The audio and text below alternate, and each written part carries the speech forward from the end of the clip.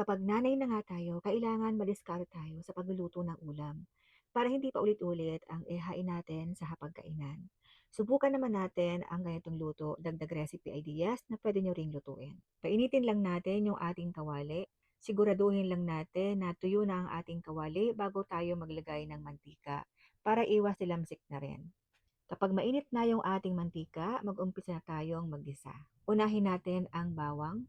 Kapag medyo namumulan na yung ating bawang, sunod natin ang sibuyas. Haluin naman natin ito hanggang mag-caramelize ang ating sibuyas bago natin ilagay yung ating karne ng baboy.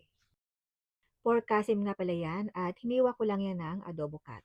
Halu-haluin muna natin ito at tatakpan natin ito para maluto ng maigi yung ating karne. Ganito nga ako magluto ng karne. Gusto ko yung lutong-luto. Bukod sa malambot na at masarap kainin, ay upang mapuksa ang anumang bakterya na nakakapit dito. At para na rin sa kaligtasan ng makakain, lalo na at pamilya ang ating pakakainin. So ayan, mga 4 minutes na itong kumukulo. Buksan muna natin at ating haluin. Siyempre, para pantay yung pagkakaluto sa ating karne. At para na rin hindi dumikit sa ilalim ng ating kawali. Then, tatakpan natin ulit. Hahayaan lang natin nakatakip hanggang mahibas yung tubig. So ayan, lutong-luto na yan. Haluin muna natin. Then, maglagay na tayo ng toyo, oyster sauce, calamansi juice, paminta, pork cubes. Optional to guys, pwede kayong hindi maglagay. Yung iba kasi may allergy sa monosodium glutamate. Halu-haluin na natin hanggang mag-combine lahat ng ating sangkap.